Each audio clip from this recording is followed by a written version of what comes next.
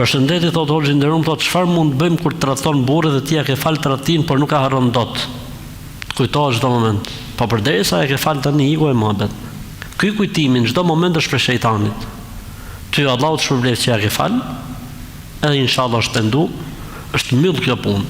Shpëtoi shtëpia, familja pa u shkatruar. Elhamdulillah. Ti ke bë sakrificë që ja ke fal, ja ke bë Allah, Zotit në roft. Po tani më kujtohet, po është normale që të kujtohet, sepse edhe shejtani nuk flej gjumë. Ai është gjithmonë zgjut dhe mundohet gjithmonë që ku ta ndezi fitilin e përçarjes dhe shkatrimit të familjes. Kështu që fakti që ti nuk e harron, ty t'jep shpërblim më të madh.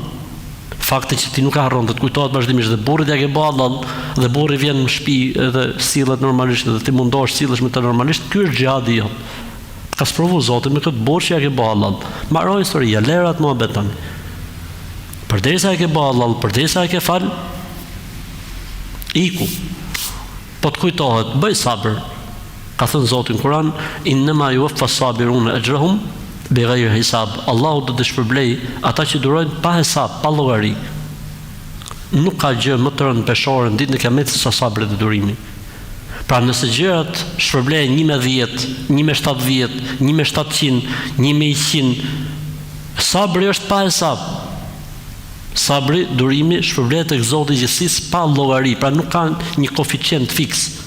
Kështu që nuk ka gjë më të mirë se sa durimi i mirë. Fa sabrun jamilun wallahu almusta'anu ala ma tasifun. Un po bëj durim të mirë, të bukur. Çdo thot durim i mirë, mos të reagosh kur të kujtohet e keqja.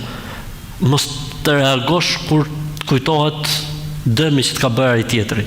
Po çfarë të bësh? Fasbir fa ma sabruka illa lillah. Duro dhe le të jetë durimi yt për hir të Allahut. Vlerë për hir të Zotit. Ai ke lënë, ai ke bë Allah. Harroje dhe mos e hap më derën shejtanit.